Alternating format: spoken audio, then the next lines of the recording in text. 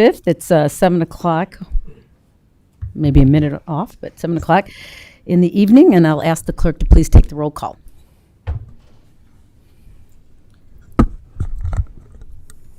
Trustee Bachner, Trustee Brennan, Trustee Cascatello, Yes.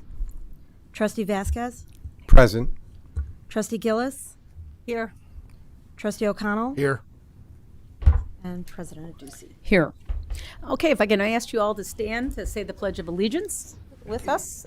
I pledge allegiance To the flag of the United States of America and to the republic for which it stands, one nation, under God, indivisible, with liberty and justice for all. Thank you. Okay, we have a couple special presentations this evening, and I know that's why many of you are here. And so I'll ask Chief Greenwood to take the podium. And it's on now. Okay. Thank you, Madam President, Village Board of Trustees, Madam Clerk, family, friends, and community members.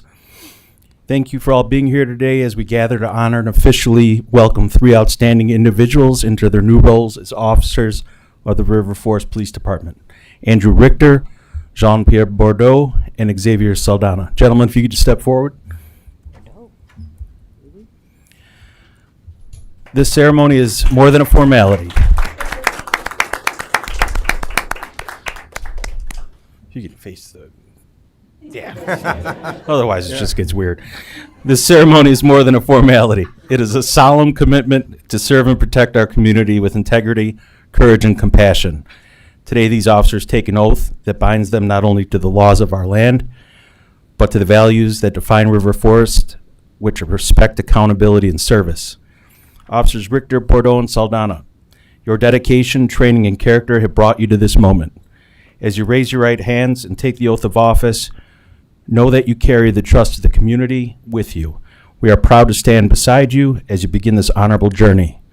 Madam Clerk, please do us the honor of administering the oath of office.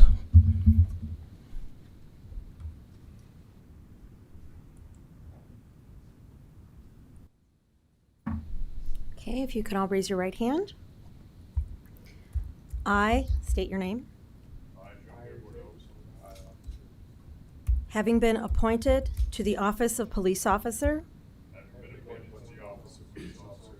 in the village of River Forest, in the county of Cook, do solemnly swear that I will support the Constitution of the United States and the Constitution of the State of Illinois, and that I will faithfully discharge the duties of the office of police officer to the best of my ability. Congratulations.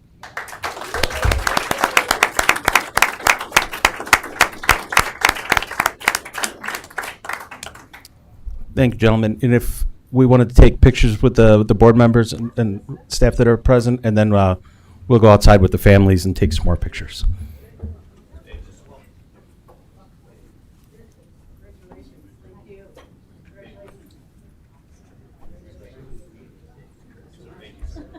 Congratulations. Congratulations. Congratulations. Congratulations. Congratulations. Okay.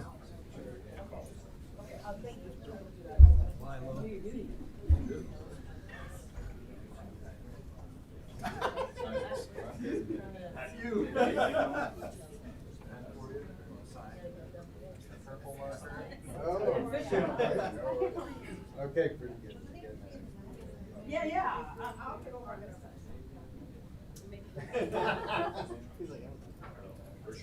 In the middle. Out of reach.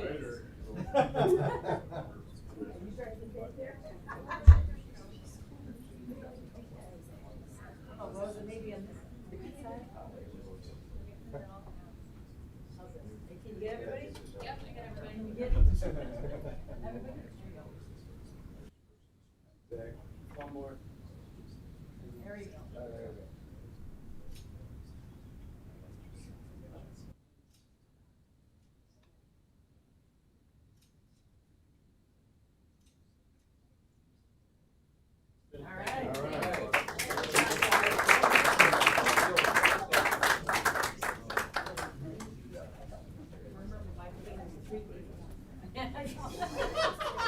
And friends and family members of the officers, you're welcome to stay for the meeting, but we'll take pictures outside, and then if you want to come back in, you can. That's the first thing they learn. Yeah, right.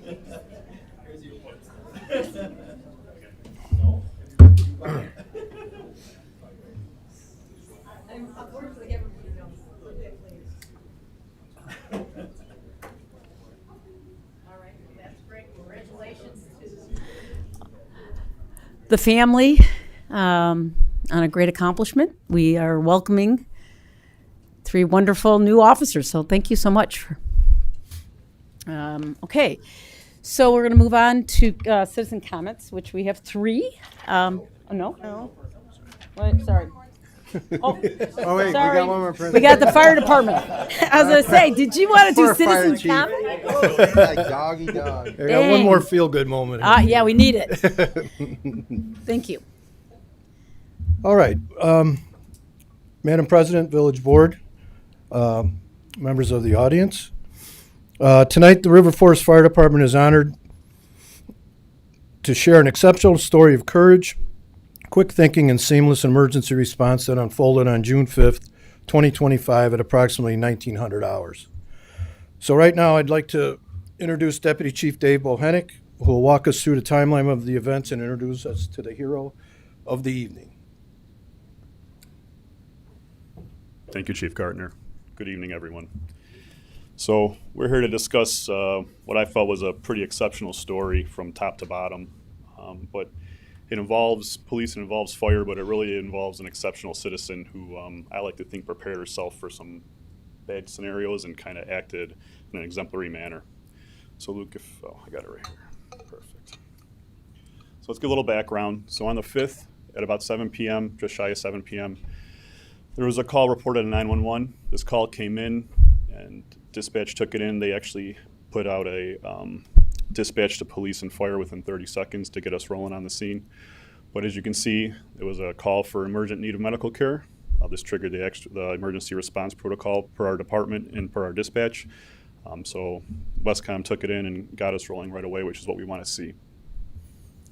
So let's talk about the person of the hour. Ellie was at home. Ellie was at home with her mother-in-law. As it came in, it was a choking call. She had received some training in the past, which I hope she talks about a little bit, because when we had our phone conversation about this training, I can't put into words how she put it on the phone. I hope you repeat exactly what you said. It was put perfectly.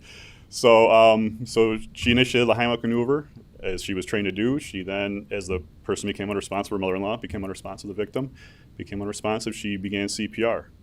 And from that point, dispatch handled it. They got us dispatch, as we talked about, initiated CPR protocol. Police arrived on scene first, as they are on the street, they typically do, and they got on scene and they actually took over CPR from Ellie in that instance. Shortly behind was the fire department. Within 3 minutes, we had trained personnel on scene providing CPR care.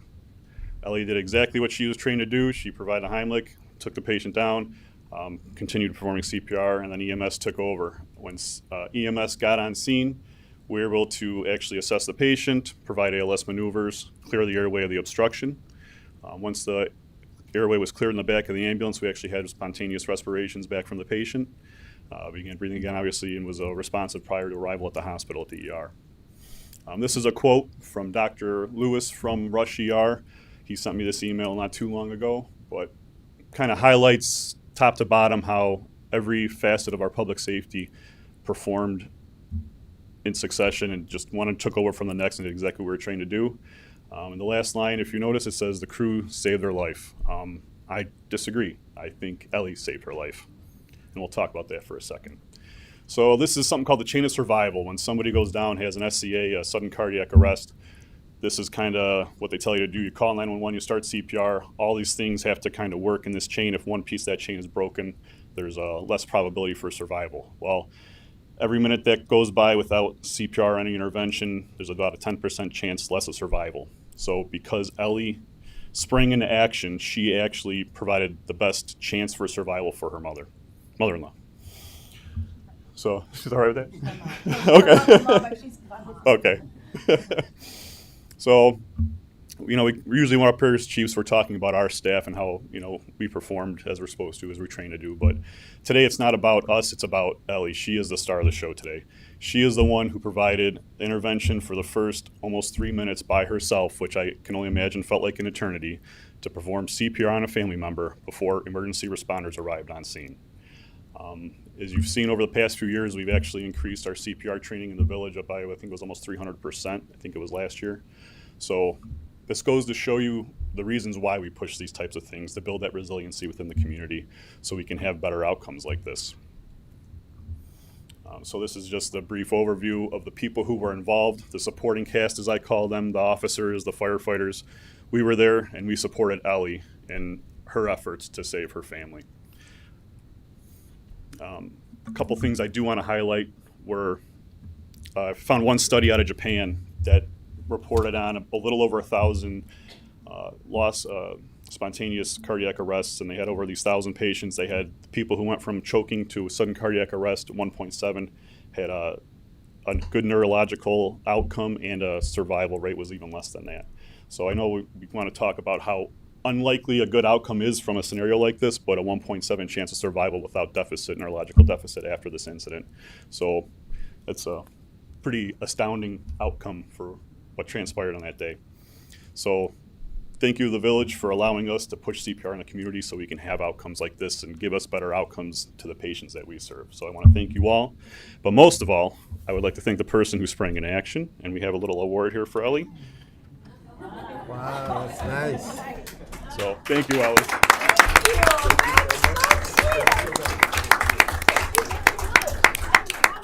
My name said that many times in my whole entire life. Thank you very. Over under. Oh, and you. Thank you very much. I appreciate it very. There's Mary Yes. Cohn. That's my mother-in-law. And I want to recognize you guys. Recognize me, and I first of all, that presentation, I had no idea the enormity of the chain of what I knew what was going to take place, but during your training, you don't know what is going to how quickly it happens, and that it does. And so the first people I want to thank, or the deserve the award, the American Red Cross and the Heart Association. Their training, they've created a recipe. You go for 2.5 hours, they teach you the recipe. If you do the recipe, it all works. It literally is exactly as they say it's going to work out. It worked out. The next person, my mother-in-law. She's 93 years young. Her strength, her vitality allowed her to survive. The Heimlich maneuvers was from her 2 huge sons. They had her upside down. No, it was not coming out. So Mom Cohn, thank you very much for your strength. And then the fire department. You guys were there, and you guys were there in minutes. And you were describing to me how many people were in my house. It went from no one to there were 8 people in there just fixing everything and saving her life. So thank you for the award, and I'm very humbled. And if you have an opportunity to get trained, do. It works. It's just incredible. So thank you very much. Thank you. Oh my God. Thank you very much. Thank you, Mom. Thank you, guys. Thank you for letting me speak. Thanks, guys. I appreciate it. What a great story. Unbelievable. Thank you so much for sharing that. Yes. Oh my God. Yeah, it's unbelievable. Unbelievable. Great story. That's what makes this community so great. Wow. All right. What a great story. All righty. Boy. All right, let's go to the citizens' comments now. All right, we've got 3. Phyllis, if you could take the podium, please. Great story.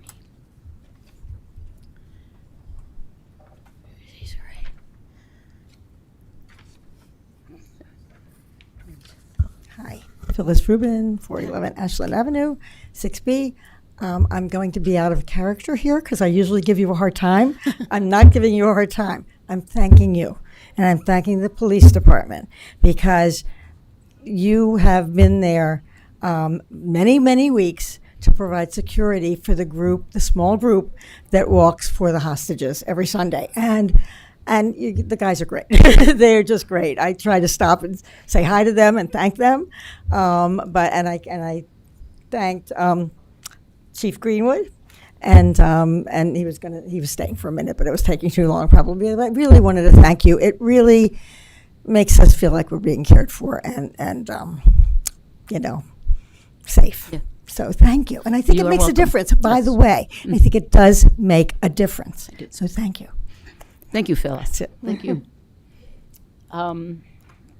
Jan?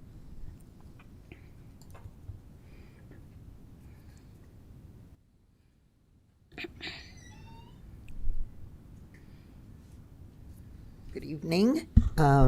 First, I want to say thank you for holding the first ever senior barbecue, bingo, and ice cream social. I think it was very well attended. You were setting up more tables and chairs. The food was great. I didn't win, so I didn't get any of those really good prizes.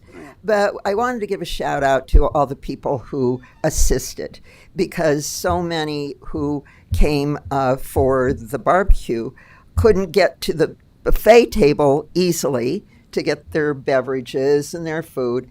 And so we had a lot of people cruising around looking to see who needed something and very quietly just saying, can I get you food? Can I get you this? Can I get you that?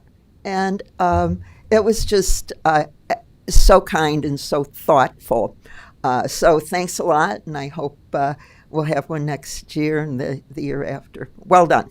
Thank you. Thanks. Thank you. And then the next, the DEI consultant, this NOVA, I want to touch on that again. I mentioned it in July. I know that Trustee Bachner isn't here, but,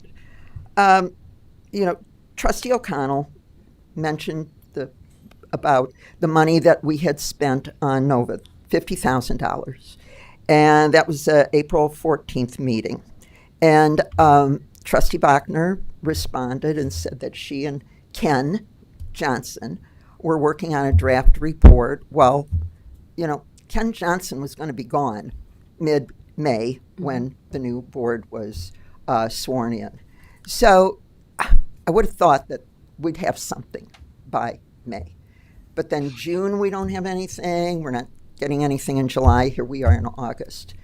We paid these people a lot of money, $50,000. So I'm hoping that you put a hard code date for getting this report or presentation of what NOVA did for us for our DEI committee efforts. Thank you. Okay. Thanks, Jan. Margie? Margie Seconder, River Oaks Drive. Peggy Daly, the outgoing chair of the River Forest Ethics Commission, led the initial 2022 effort to update the village ethics code to deliver a best-in-class ethics code. Chair Daly also led efforts in 2025 to correct the code to add back jurisdiction on conflicts of interest and investigative powers. I encourage you, everyone, to listen to her July 14th public comments at 24 minutes into the 4-hour, 11-minute marathon meeting she made during public comments because she wasn't asked to give a presentation upon adoption of the ethics revisions. According to Peggy Daly later, she threatened to quit publicly unless the board passed the changes the Ethics Commission recommended. On July 14th, she stated the 2022 Ethics Code ended up being worse in class after outside counsel Greg Smith, which she never named, of Kleinthorpe Jenkins, made edits to the Ethics Code with one unflagged change that gutted the ethics ordinance by removing conflicts of interest jurisdiction, undermining all the work the EC did. She said, quote, "Failing to have an independent and trained body to investigate charges of conflicts of interest is, at worst, sets the stage for cronyism and corruption, exactly what we were asked to prevent," end quote. The change made by outside counsel robbed this board of the resources of the EC, Ethics Commission, as the board doesn't have time to conduct investigations instead of having an independent, trained body. In 2025, the ethics allegation per Peggy Daly was turned over to the current village attorney, current outside counsel, which is the current village attorney, who delivered an opinion without any investigation and reached a conclusion that no one on the Ethics Commission would have. Daly wasn't aware of any government bodies that give ethics allegations to the government entity's outside lawyer, which is not an independent entity, according to Peggy Daly. That process was not defensible, she said. I question your reappointment of Mr. Molina as village attorney for 4 more years. Chair Daly is an attorney trained in municipal ethics codes who led the Cook County Ethics Commission to update and modernize the ethics code. I thank her for her and the ethics commissioners for their deliberations to get it right. I don't know Ross Lizuzzo, who's being nominated for the Ethics Commission. Perhaps he's a top-notch financier, professional, but legal training and ethics training aren't evident in his background. He is a prolific author of letters to the editor of the Wednesday Journal, having had dozens printed in the last 5.5 years, of which several in 2025 support President Ducey's positions. Chair Daly's departure leaves a big hole. Regarding another appointment, senior JLL employee being appointed to the Economic Development Commission, Matt Carolan, vice chairman over real estate brokers. Why is our village leadership so desperate to seat a high-level JLL employee on the EDC after awarding the JLL a contract for 3 village-owned parcels? Residents deserve good board members. Mm-hmm. Thank you. You're welcome. And I'm very happy I appointed Peggy Daly, too. Amazing. All right, let's move on. Let's go on to the citizens. We got that elected official comments and announcements. So we will start with you, Lisa. Do you mind? Sure. I'd be happy to go. Just a couple of things. I want to say congratulations to the Park District and the Rotary Club for a successful food truck rally. The new Friday date, per Mike Sletton, really has reinvigorated the event, and it was good to see everybody, come together and, support a good cause. Secondly, I attended the Forest Preserves of Cook County Legislative Day at Thatcher Pavilion. I really did not know what to expect, and I have to say it was very informative and educational. The Forest Preserve, Fire Department, Police Department, Conservation Corps, arborists, water management personnel, fishing management personnel, facilities management personnel, all represented their individual trades and crafts in a truly impressive manner. We have almost 80,000 acres of forest preserve in Cook County. It's a treasure, and I'm thankful that we have, kind of teams like that can support it and make it a good place that we and all our residents can take advantage of. Electronic waste sign up. Please sign up if you want your waste picked up. September 15th to 17th is the pickup, and you have to request it beforehand. You need to have your request submitted by Wednesday, September 10th. And one final thing, I'm wondering if coming out of kind of the CPR conversation, if maybe we can organize a CPR training here. I don't know if that's possible. The village? Yeah, like do it, in the community center, or I don't know. Yeah. Do we do it? Oh, good. Yeah. When? The fire department hosts them. Every other month, right here in the community. Perfect. So I guess Yeah. then I'll be at the next Make sure to one. promote that why don't- information. that's- Okay. Great. Thank you. See, That's a good reminder. my wish taken, done. You read her mind. Done. Just like that. Okay, that's it? Lisa? Okay, thank you. Rez? Yes, I also wanted to give kudos. I did attend the joint meeting between the Development Review Board, the Plan Commission, Zoning Board of Appeals, Economic Development Commission, and the Village Board. And this was relating to the training for these boards. And the planners with the American Planning Association, they provided training regarding their review of the standards, the zoning principles, and roles the commission staff can play during these various board relationships and hearings, et cetera, and findings. So I thought it was pretty good, very good. And it was 2 hours that went by pretty quick, so Yeah. it was pretty interesting. So, okay, thank you. All right, thanks, That's Russ. it. Rosa, anything? Okay, Megan. Thank you. I'd like to start with the land acknowledgement. As we begin, we are mindful that we hold these meetings on land that was once and is inhabited by Indigenous people, including the Ojibwa, Chippewa, Menominee, Potawatomi nations, and more.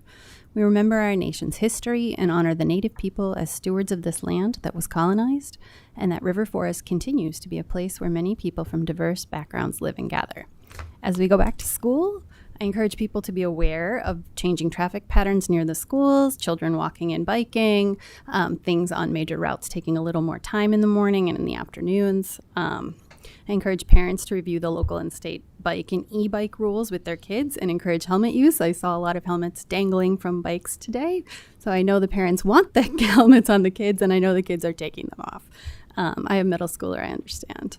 Our public elementary schools are holding bike safety trainings with the RFPD, and I encourage 2nd through 4th grade families to register and complete those bike safety trainings, and thank you to our police department for helping support bike safety in our community.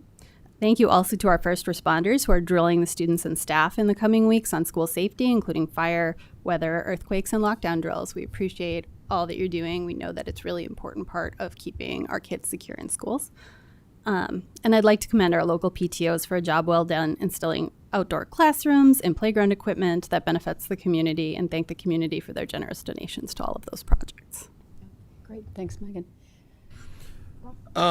Megan hit a couple of mine.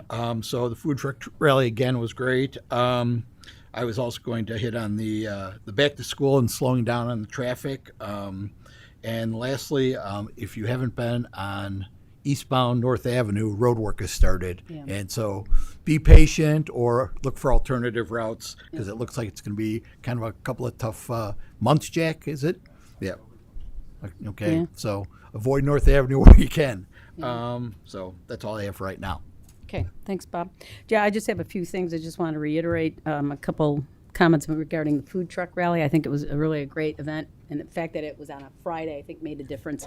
So I think going forward, it sounds like that will continue. So it was I really felt a community, sense of community. I just all the way around, it was really kind of cool. So, mentioned about our senior barbecue, and we have more than expected. And I think one of the elements that came out of the age-friendly report was seniors and older adults wanted more social time to meet other friends in River Forest, frankly.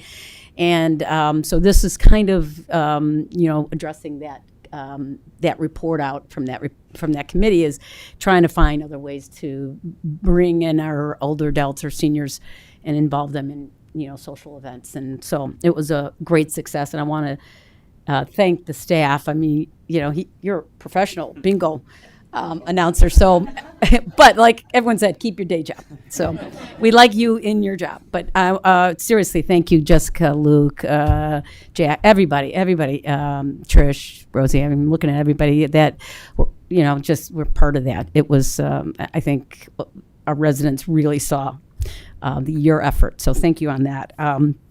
Also, I want to say thanks to the fire department, the police department. I mean, that story of Ellie's it was just heartwarming. So, and the fact that we can, again, I mean, what community can do that, but ours. So thank you on that. And then we did have a very successful casual conversation. We talked about the most pressing issues in River Forest, and that is traffic and safety, calming measures on Washington Boulevard, North Avenue, and other things. So I think those conversations help us discuss those key elements and So we're going to have our next one will be November 15th. We'll have lots of information that will come out on that. And then last, River Forest is hosting, along with Oak Park and Forest Park, the 2025 Tour de Proviso. This was started at the village of Broadview under Katrina Thompson, and they wanted to expand beyond Proviso Township. And so we're doing that. We're trying to be a big part of the community, the Proviso community. So Oak Park, River Forest, which we're not part of the Proviso community, but we want to help out, along with Forest Park, will host this year. So there's registration to ride and volunteer. I know we're looking for volunteers, right, Jessica? Is on our website. It will be on our website. On the Oak Park website. Will it be on our website? Links are going to be through our newsletter and social media. Okay. To go to their website. Okay, real good. So if you got time to volunteer, fabulous. If you like to ride, please consider it. Tell your friends, family. It's a fun ride, and it really is a community event. I mean, you have, all the communities, Bellwood, Maywood, Broadview, they all come out and ride with us. So it's great. All right, that's all I have. So What's the date? I'm sorry. It is October 4th. Yeah, October 4th. And it will go through, there's a 20-mile route, and then there's a 7-mile route, and both of them will go through River Forest. And, of course, Forest Park and Oak Park. Start at Oak Park, end at Oak Park. Go through some of our beautiful community here in River Forest. So we're kind of really psyched about it. Yeah, so go ahead. Yeah, no, I'm done. I just wanted to, I guess, add on to what Reza said with regard to the training that took place for zoning. I mean, that is online. Yes. I couldn't make it, so I did take it, and I actually found it very easy to follow. So I encourage you, and Rosa, I know that you took it too. So Me too. It's open to the public. Anybody can go online and learn. It's a great thing Thank to you, do. Lisa. I also reviewed it, and I thought it was great. And it was a great training. It was free, which is even better. And it was, and it really, right? Do I get? Yeah. I paid a little bit. Okay, it wasn't free. All right, it was still, Village it pays was for it, still yeah. worth it. Really, me every dime. Yeah, that's fine. It's whatever it was worth every dime. So, thank you for hosting and putting that together. And Dan Lauber, I know he was a big part of it. All right, so we'll go ahead and move on with our consent agenda. So if I can get a motion to approve the consent agenda in a second. Motion to approve consent agenda items A through N. Second. Could we pull item N, please? N is in Nancy? N as in Nancy. Yeah, we can pull item N. So if I can have a motion to approve Okay. A through M. Motion to approve the consent agenda items A through M, as in Second. Mary. Okay, yeah, we could have modified it, but we'll reapprove it. Okay, any other questions regarding those items? Hearing none, I'd ask the clerk to take the vote. Okay, I vote on items A through M. And then you should Read them all. Item A, Village Board of Trustees meeting minutes for July 4th. B, monthly department reports. C, administration department report. D, accounts payable, July 2025, $2,702,587.18. E, July 2025 financial report. F, intergovernmental agreement approval, Washington Boulevard improvements. G, award of contract, Washington Boulevard Corridor Phase 1 Engineering, Primera Engineers Limited, $134,880. H, award of contract, FY 2026 Tree and Stump Removal Program, Homer Tree Care, Inc., $44,000. I, award of contract, FY 2026 Tree Trimming Program, Davis Tree Care and Landscaping, Inc., $58,000.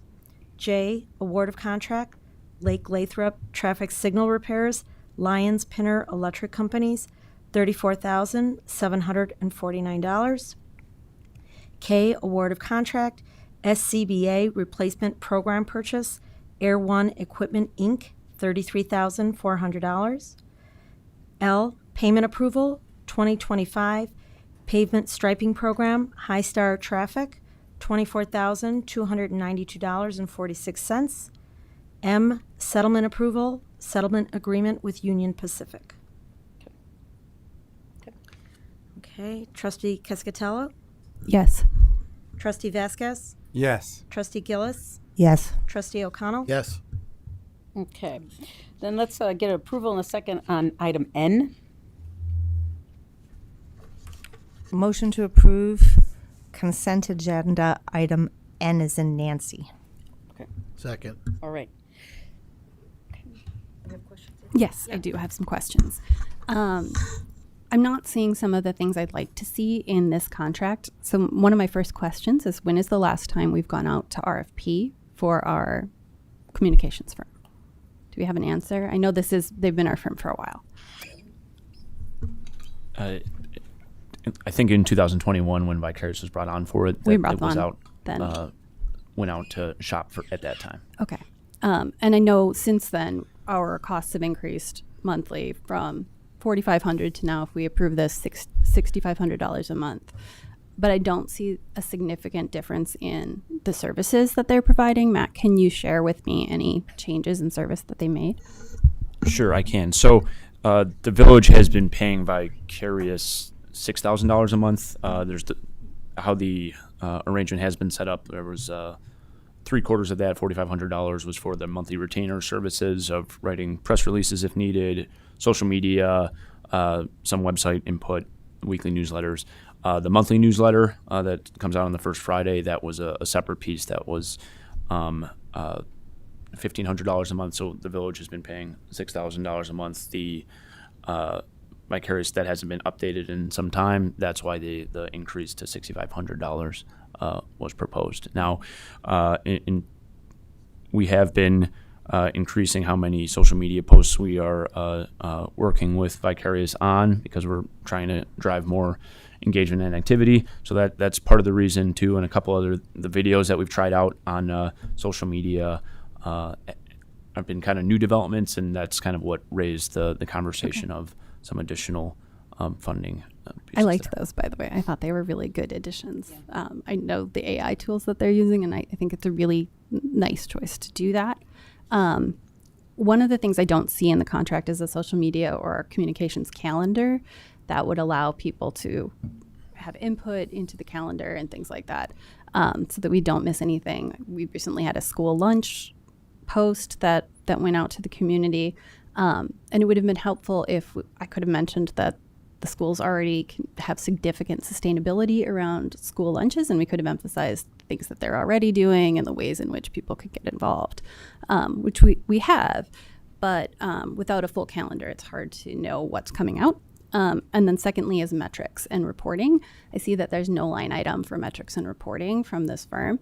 And if we're moving especially to a more social environment, I'd want to see better metrics that would help us understand conversion rates, so that we could understand which things are more effective and focus on those. A few things I think, Matt, that we track, right? I mean, reader engagement, opening of links, I think, right? I mean, Jessica, I'm looking at you because I know you work on that as well. Yeah. There are some. There is some data available from some of the tools that we use with Constant Contact and Facebook and our other metrics. We had talked with Vicarious recently about kind of using that data, be more strategic about what's driving those click rates and other pieces, like click rates for the food truck rally, for example, where kind of drove a lot more clicks on a weekly newsletter than in a typical week. Things like that. We're trying more the photos and video of staff and things going on in the community, trying to drive some more engagement that way and be more strategic. So there is a desire for us and Vicarious to try and be more strategic about that, so we can work with them on strengthening that. Yeah, and I know you're meeting weekly. I was just curious because I would have expected monthly or at least quarterly reporting from them to allow kind of that longer term decision-making process. Ask for more reporting, but I know that they do give us some. I mean, I don't know 100%, but I know they give us some reporting on what happens. So, I mean, certainly we can work with them on more. And then one final question. Sure. Do we have an end date for this contract? I didn't see an end date for this one. No, this agreement is effectively set up as a month-to-month agreement, so there's no term spelled out as of now. Okay. Thank you. Thank you, Megan. Any other questions? I think they've been doing a fairly decent job, and okay, so let's take if you can read it and then take the vote, please. Yep. Item N, approval of contract, Vicarious Multimedia Communications, $6,500 per month. Trustee Vasquez? Yes. Trustee Gillis? Yes. Trustee O'Connell? Yes. Trustee Cascatello? Yes. Thank you. All right. All right. So the next is recommendations of boards, commissions, and committees. I think I would ask if we can get approval. I mean, a motion and then a second on these committees. Motion to consent to the village president's proposed appointments and reappointments to the village boards and commissions. Do I hear a second? Second. Okay. Any questions or comments regarding any of these individual? I know that we've given bios. That was one of the requests. I didn't see interest statements. I know that when we have the online form, we've got background and interest statements, and I'm not sure for all of these people what their connection to the commission that they're being appointed to is. It's just simply, we try to, get when they put an application in, they like to say, this is what I'm interested in. This is something that I think I can help with, either because of their work duties or whatever it might be. Or their experiences, but sometimes it might not be any of that. Sometimes they just want to get back to the community. They're retired or so. Which I totally understand, and all of those are valid reasons. But what I saw was blank pages with just a resume. So I don't know that was why there was no interest statement listed. It's my appointments that Yes, I provide to you, and then what we provide is. What was requested was the bios, and it's just so that you know who the person was. So, but I talked to each and every one of them, and they're very interested. Like I said, sometimes they're retired and they just want to get back, and they believe they have some interest, like in historic preservation, for instance. And so, so I think these are great appointments. I mean, I just heard a compliment tonight about an appointment that I put in 4 years ago, and so it works. They all work pretty well, I think. So, anyway, I do have concerns about a couple.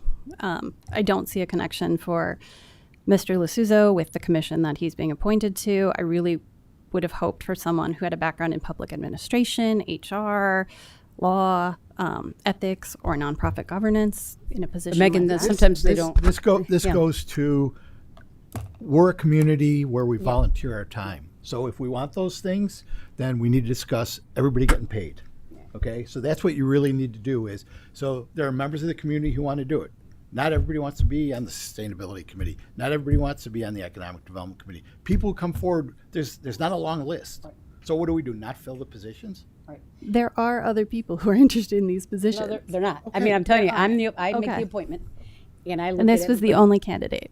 Oh, well, I mean, there was other candidates, but they what they were interested in. They don't put. That was the only person who's interested in joining the. I mean, for instance, that he put his name in several years ago. Yes. So I try to fill them as they come up. Okay. Yes. If that's the only person, then that's the only person. Yeah, I understand that. My second concern is for Mr. Carolyn, not because I find him unqualified. I don't. I am concerned about the appearance of conflict of interest with JLL. I'd like a clean relationship with JLL. I don't want a situation where one of our commissioners is facing a reputational damage, which we've just had. Someone who resigned from that same firm for that same reason, and I don't want to see that happen again. Yeah, and I appreciate that. I had a long conversation with Mr. Carolyn, and he was very aware of what happened to Wally, and he's fine. I said, but then again, we have lawyers that do work with residents in River Forest, and they also volunteer their time on boards and commissions, and we all just need to make sure that where there is a obvious conflict and against our ethics code, we make sure that we recuse ourselves and do the right thing. But I don't think we can sit here and say, well, you work for a communication company, you shouldn't vote on any communication. We want your expertise, but as long as there's no direct conflict, then those things are welcome. I feel like we did just have direct conflict in that situation. And No, we didn't. I mean, I don't, again, it was, we can go through that, but it was not. It was considered not a conflict of interest, and it was, Wally resigned, unfortunately. he did. Yeah, And that he was did it. unfortunate. Right. And he didn't want to, but he didn't feel like he lost reputation. He felt that we lost, his expertise. And so, anyway, I stand by Matt. I think he's going to provide great value. I mean, JLL is just one segment of what EDC does. Yes. We do a lot more, and I think he can bring a lot of. And as I said, I didn't find him unqualified at all. Then My I- concern was conflict. I think all of us have some potential conflict. So I think I'm encouraging that if anywhere you have a conflict, please seek counsel and please make sure you recuse yourself. If there's anywhere, any place we could have a conflict. So I think Matt working for JLL is, in my mind, not a conflict. He just needs to be like everybody else. Greg, Ross, Chris, pick one. They just have to be conscious. It isn't a conflict. I wasn't stating that it was. I said there was the potential for. Oh, and like I said, we all have potentials. But where we're at in the process with this, we've already picked them. They're already representing us. They are really, and we'll talk about it later, is they're really off to the side right now. So It doesn't matter. I mean, yes, I know, I understand. All right, but I appreciate your point of view. So anyway, those are my appointments. I think, like I said, years ago I got criticized for all my appointments, and guess what? They're all working out pretty well. So I don't see, I think these people are really great residents that want to give back, and I don't think any one of them would cause any problems. And if there is a conflict or a potential conflict, they will do all of us, including myself, including all of you, should do all the right thing when there's a potential conflict, which we probably at some point in time have in our work here on the board. So with that, any other further questions? I hear your point of view, Megan. I appreciate it. Okay, so I'd ask the clerk to please take the vote. Do I have to read all the names? No, you don't have to read any of Okay, it. just the vote. Okay. Trustee Vasquez? Yes. Trustee Gillis? Yes. Trustee O'Connell? Yes. Trustee Cascatello? No. Then take my vote. And Trustee Yes, Ducey? of course. They're residents. Okay, thank you. All right, so going on to Sustainability Commission, recommendations of the electric vehicle charging station fees. So if I can get a motion and a second.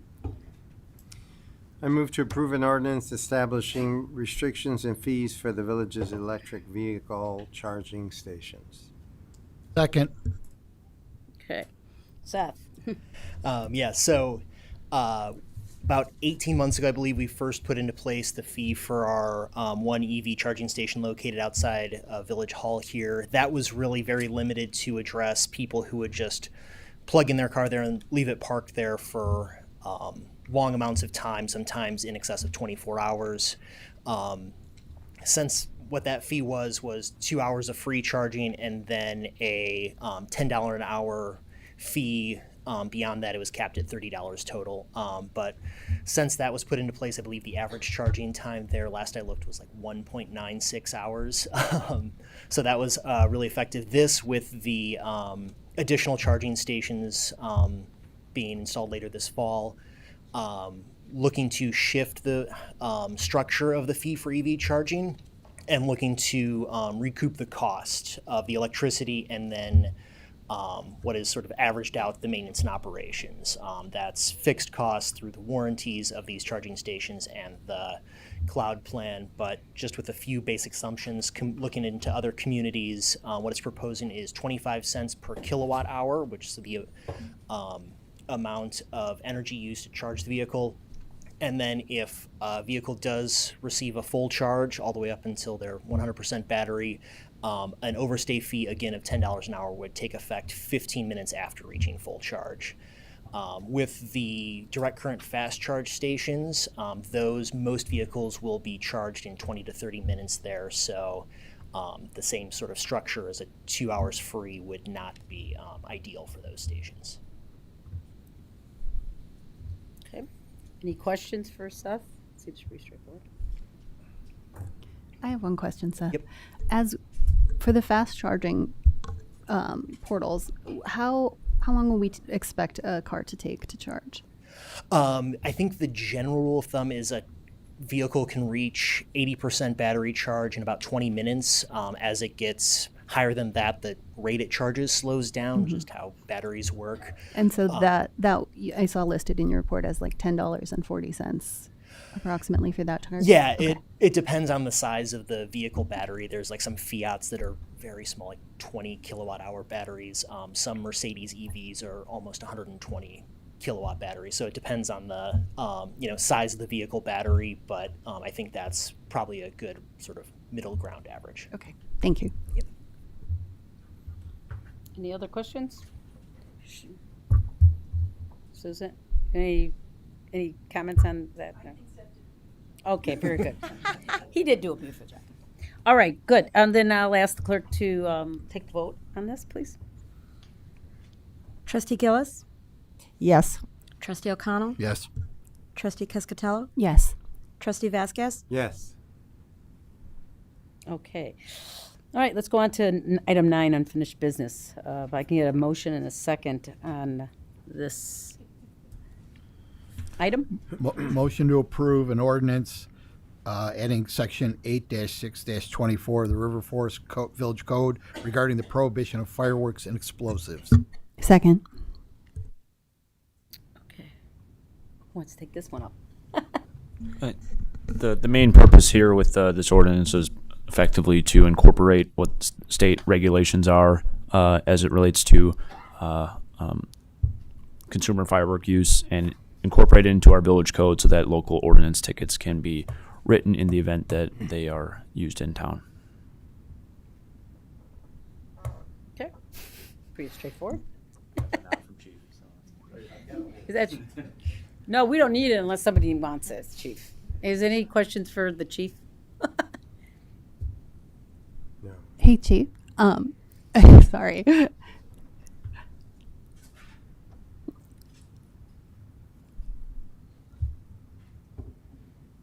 Mm-hmm.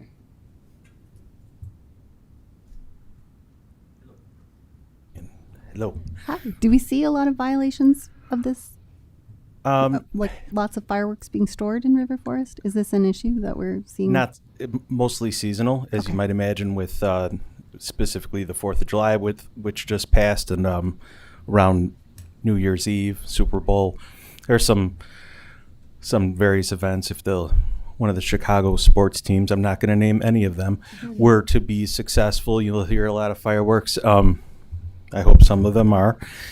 Again, not naming any names, don't want to be partial. But there's not a significant amount. However, there are, sporadic events. As far as the storage of them, it's more of a prohibition to keep that from being a thing. And again, just following in line with state law so that we do have something on the books regarding storage, so you don't have somebody storing a large amount of fireworks, explosives in their home or in their businesses. As far as, that's as far as that goes. Yeah. Thank you. So Jim, how do you, what's your thoughts on actually enforcing the prohibition? Well, we've always enforced this by state law. Yeah. And it was just basically a small gap in the village ordinance where there was nothing prohibiting it by ordinance. Whereas if a person were to get a violation, we'd have to charge them under state code, which would mean it would be essentially a Class C, Class B, Class A or higher crime. Where in this, if we have, let's say, a 15-year-old kid who might or might not use fireworks, rather than looking at charging them with a criminal charge, we would be able to charge them with a local ordinance and have them appear at administrative hearing rather than going to the court. And then that allows the use of things like community service, which makes a lot more sense in those Right. circumstances. Right. Yeah, that seems beneficial. Yeah, it's totally great, and it's great for the parents. But how it's still? What is your thoughts on the enforcement? Because I think that's the biggest issue. Is not only, hey, fireworks are going off and everyone knows it's prohibited, but it still happens. Right. So I mean, as far as enforcement goes, as an officer sees the violation occur, they'll take action on it. They're not going to just just by our nature, we're not just going to turn a blind eye to it. Yeah. But we'd encourage residents and homeowners or business owners to give us a call if they see something, to let us know so that we can take action. A lot of times people just kind of throw their hands up and say, why isn't anybody doing anything? We'd rather somebody say, hey, can you do something? And then we can take a look at it. And I think that'll go a long way too, and getting more enforcement if and when it's necessary, especially around the holidays. Yeah. And I agree with that, but typically fireworks happen in seconds, not, and it takes you minutes, obviously, to get there. My advice is, look to the parks, Prairie Park, Keystone Park. Typically kids circle around there, probably by Fenwick, anywhere there's open space. Yeah, we over the weekend we just experienced an incident. The Park District experienced an incident at Keystone Park, as you mentioned. And the officers, again, they responded, and the detectives are investigating it, but a manner of putting it together and figuring out what seems like a simple little prank, or just playing with firecrackers, fireworks, M80s, which are small explosives. Yeah. I mean, so is a firework or a firecracker, but the bigger they get, the worse they do, and they can do a lot of damage and cause. Thankfully, as far as we know, no kids were injured. Because they were all playing around or screwing around together from what we can gather. But it was the amount of damage that was done. It could have been something significant. Say they hadn't successfully done, I guess, what they were trying to do, which was destroy a little porcelain sink. Wow. But if that porcelain sink were to go off while children were still in the bathroom, it could be much worse. Could have been trouble. Well, my only suggestion is as 4th of July comes, New Year's Eve, or any celebration, maybe an extra focus on open spaces. Probably, absolutely. Even with the when it starts to get warm out, with Yep. with kids starting to congregate and gather, even if it's not necessarily 4th of July, we know we're ramping up to it, especially as the school year ends and college kids come home and all that. So yeah, we definitely will take that advice. Okay, thanks, Jim. Thank you. All right. Then Rosa, maybe we'll take the vote on this, please. Trustee Cascatello? Yes. Trustee Vasquez? Yes. Trustee Gillis? Yes. Trustee O'Connell? Yes. Okay. So the next one is new business, and then we have film permit regulation discussion. So we don't need any action, so we're going to let, Luke. So, just this a little bit. Village staff are just looking for feedback. In the past couple of years, we've received around a handful of complaints regarding our film permits here in town. Some of these concerns are involving parking along the streets or just the general congestion from larger film permits here in town. But there are also concerns that have been raised regarding sightline issues and when entering driveways and just general driving around the large, from the congestion and the large amount of vehicles that are involved in these film permits. And so in response to some of this feedback, village staff went through our existing code and also analyzed some of our comparable communities codes and noticed that, in our opinion, there's some room for adjustments in our existing village code, mainly that it does not reflect some of the practices that we currently do. And but back to the complaints really quick, I think it should be noted that while we have received these complaints, generally speaking, we have not, knock on wood, had many issues arise from them, or any issues arise from them really. So we're just looking for feedback from members of the village board about whether you guys would like to update the code, take it further, or institute kind of like limits of quantities of film permits that are allowed per address, or just codify our current practices that we have been currently doing. Open to any and all questions or just feedback. Congratulations. I think you guys did a good job of updating this. I mean, I think, the there's a lot of money being made at these things, and for for the permit fee and everything we have, I think it's a pretty good deal. I will tell you that if you were driving down Keystone today, just north of Chicago Avenue, they had trucks on both sides of the street. It was kind of a crap show over there. So, again, I think some of the things that you've done in terms of limiting parking and those things, I think will help all the residents in the community. So, but good job. I think I also live sort of near that area on Lake. We see a lot of filming on Edgewood, Keystone, sometimes River Oaks and Auvergne. And I think generally it's positive. It would be great to have parking signs up earlier so residents are more aware. And it does impact safe walking to school routes because they're filming before the kids are going to school. So I think making sure that we're addressing ways for kids to safely get to school if their safe walking route is closed for filming. Okay. Well, I also appreciate the updates and the increase in fees comparable to other villages. Just a question: how often do we look at the updates for this type of ordinance? Is it every 5 years or every? Good question. There's no real specific schedule, at least on this piece. This was driven by some of the concerns we had from residents about, and that's usually what we're responsive to. I know in this specific case that's the case, but I know like the fireworks that Chief Greenwood has made a point to be looking through a lot of the ordinances since he was promoted to look at opportunities to improve them.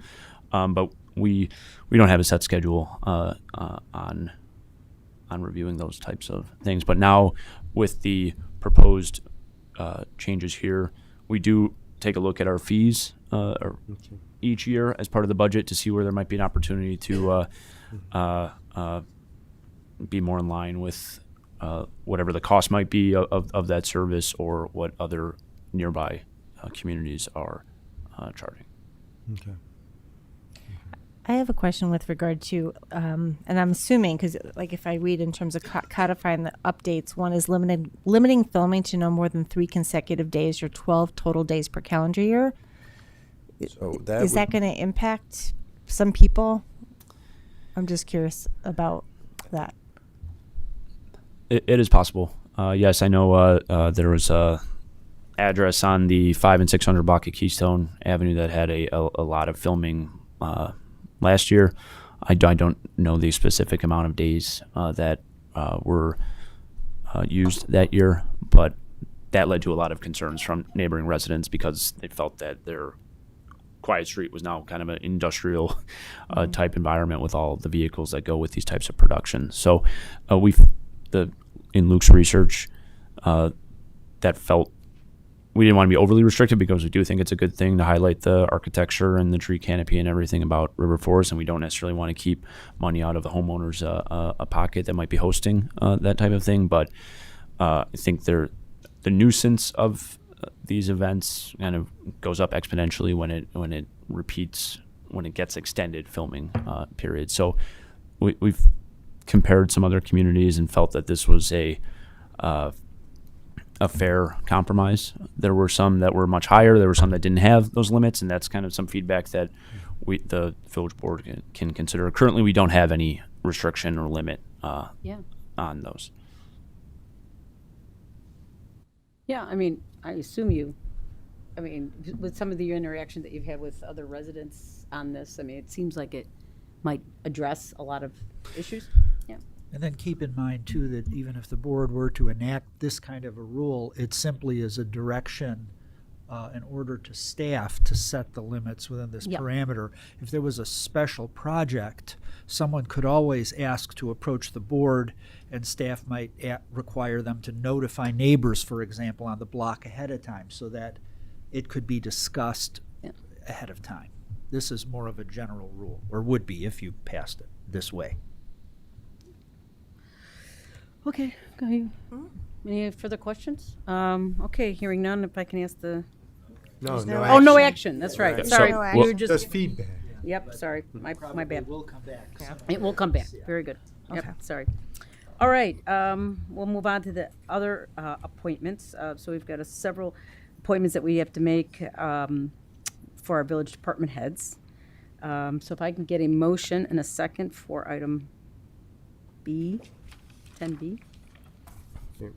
Move to approve the appointments of village staff members and attorneys as listed in agenda items B1 through B7. Right. Second. Okay. These have to be done. Typically, we try to get them done and have them align with the president term. So this makes, we've been doing it for years now, so nothing's unusual here. So if there's any questions regarding any, hearing none, unless somebody has. Yeah, go ahead, Yes, Megan. questions. Sure. I know we're including our legal counsel as part of these appointments, and I was wondering if, I brought this up to Matt earlier today, if we could briefly state what it is that our legal teams do for us, as it's not listed in the packet for the general public. Wow, they do a lot, but I'll let Matt answer that question and I can fill in. Sure. So there's two separate law firms that are being appointed here. Clark Baird Smith has served as the village's labor relations and employment attorney. Their primary function is assisting the village staff with negotiating union contracts and responding to grievances. They also helped review our employee handbook revisions that were adopted by the village board a few months ago. So that's their primary function. That's their specialty as a firm, and we've used them for several years. Kleinthorpe Jenkins does most other legal work, and also acts as the village prosecutor. So Lance and his team will provide advice and counsel and review ordinances and resolutions. Also attend zoning board hearings and development review board hearings to provide kind of land use and Open Meetings Act guidance. They also assist with Freedom of Information Act inquiries, contract review. But also serve as our local prosecutor at our monthly adjudication hearings, and also attend traffic court and county court as needed.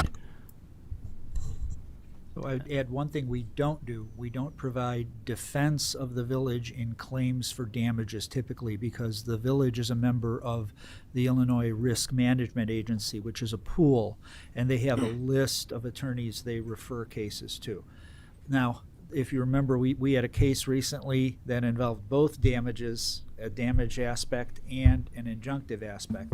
So Irma did not defend the injunctive aspect, and we worked with counsel appointed by Irma to defend that case. But we don't do those. We don't defend. If there were to be a civil rights case that asked for damages, Irma would defend the village. Irma counsel. That's our insurance bill. So that we don't do. And to that point, workers' compensation cases are not defended by Clark Baird Smith. That would be the legal counsel provided through Irma. Okay. Thank you. And our legal counsel is it's appointed by our village president, yeah? Okay. Correct. By statute, the village president appoints with advice and consent. Yeah. Thank you. All of these, actually. Good questions. Thank you. Okay, any other further questions? Hearing none, I'd ask the clerk to take the vote, please. Okay, appointments of village department heads with terms ending 5/20/29. Items 1 through 7. Trustee Vasquez? Yes. Trustee Gillis? Yes. Trustee O'Connell? Yes. Trustee Cascatello? Yes. Okay, really good, thank you. So now we'll, I guess, adjourn to executive session, please. Okay. You're good at this one.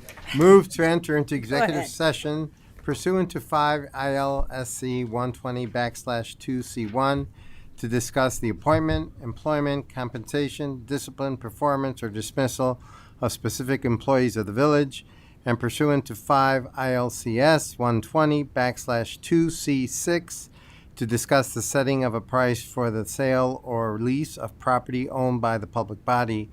The board will not take any action on property-related matters during or after the session. Action concerning employee compensation may be considered, but only after returning to open session. hear a second? Second. All right. All right, so we'll take the vote to go into executive session. Well, we're going to go into No, that- executive No, no. session. No, because No, we're going into. coming we back. will We're we coming will back. Yeah, it we will doesn't- come back out and then we will adjourn the meeting. Then, unlike We usually do that. Well, we got but one not this leader. time. Just take the vote. it's a little different. Okay. Rest said it just right. I didn't question Rez. Yeah. Thank you, Rez. Trustee O'Connell? Yes. Trustee Cascatello? Yes. Trustee Vasquez? Yes. Trustee Gillis? Yes. All right, good.